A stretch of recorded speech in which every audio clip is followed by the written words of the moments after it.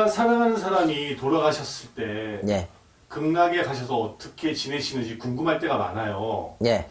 그럼 돌아가신 분의 점사도 좀 볼 수가 있나요? 가장 짜증나는 경우는 테스트하기 위해서 죽은 사람인데도 불구하고 산 사람처럼 점사를 물어보는 경우가 있는데요. 그때 좀 약간 짜증이 납니다. 그러니까 차라리 아싸리 그냥 이분은 죽은 사람인데 돌아가신 분인데 이분이 어디 계신지 알 수 있을까요? 이렇게 하면 저희도 낫죠. 이걸 뭐라고 말하냐? 죽은 사람의 점사를 보는 거를 우리는 상계점이라고 말합니다. 사실은 상계점이란 단어 자체를 몰라요. 이거는 손님들도 모르고요. 점 보시는 분들도 모르십니다. 왜 모르냐? 그 단어가 이미 사라졌어요. 왜 그러냐면 상계점은 사실은 죽은 사람의 점사를 보기 위해서 어떻게 해야 되냐면 그 죽은 사람이 불러서 극락에 있든 지옥에 있든 영혼을 불러야 된단 말이에요. 조상을 불러서 내 몸에 실어야 됩니다.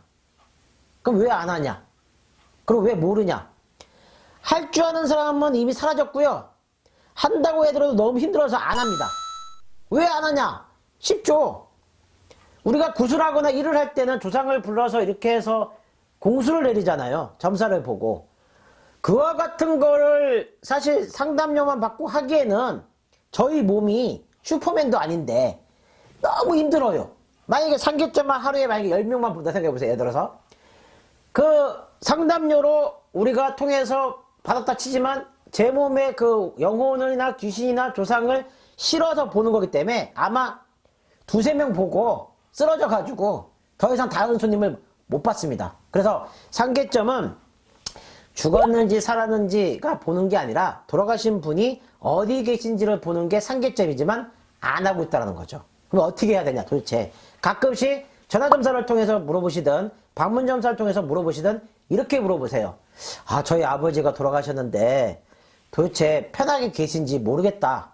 그러면 저희는 상계점을 어떻게 바꿔서 하냐. 직접 제가 몸에 실어서 예전엔 했었거든요. 어렸을 때 거의 한 제가 29년 전에 신령님 오셨으니까 그때는 했어요.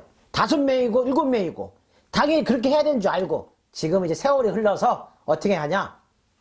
신안을 내가 열린 거는 이미 옛날에 다 열렸으니까 신안을 통해서 그 이제 원래 제가 점사를 볼 때는 생년월일 이름 물어보지는 않아요. 근데 이렇게 돌아가신 분이 어디 계신지는 알려면은 아무개가 어딘 줄 알아야지 생년월일이라 이름이 필요하잖아요. 물어보고 나서 신안을 통해서 훑습니다. 이렇게 쫙 저승 훑어가지고 이분이 어디 있는지 얘기를 해드려요. 그러면 이렇게 얘기하면 괜히 넘겨지는 것처럼 보이잖아요. 이렇게 물어봤었을 때 저희는 아예 생김새가 그분 생김새가 보이면 생김새를 얘기해드려요. 아버지가 이렇게 생겼는데 여기 계시네요. 근데 간혹가다 지옥에 있는 경우에는 어두워가지고 생김새가 희미할 때가 있어요. 이럴 때는 그냥 지옥에 계십니다. 이렇게 얘기하죠. 그래서 상계점은 잊혀진 단어다. 하지만 할 수는 있지만 하지 못한다. 안 한다가 정답이고요. 뭐 가끔가다 그렇게 물어보신다면 신안으로 그냥 어디 계신다? 그 정도는 알려드릴 수가 있습니다. 그래서 오늘의 시간은 잊혀진 단어, 무속 용어, 상계점에 대해서 말씀드렸습니다. 벼락다이었습니다.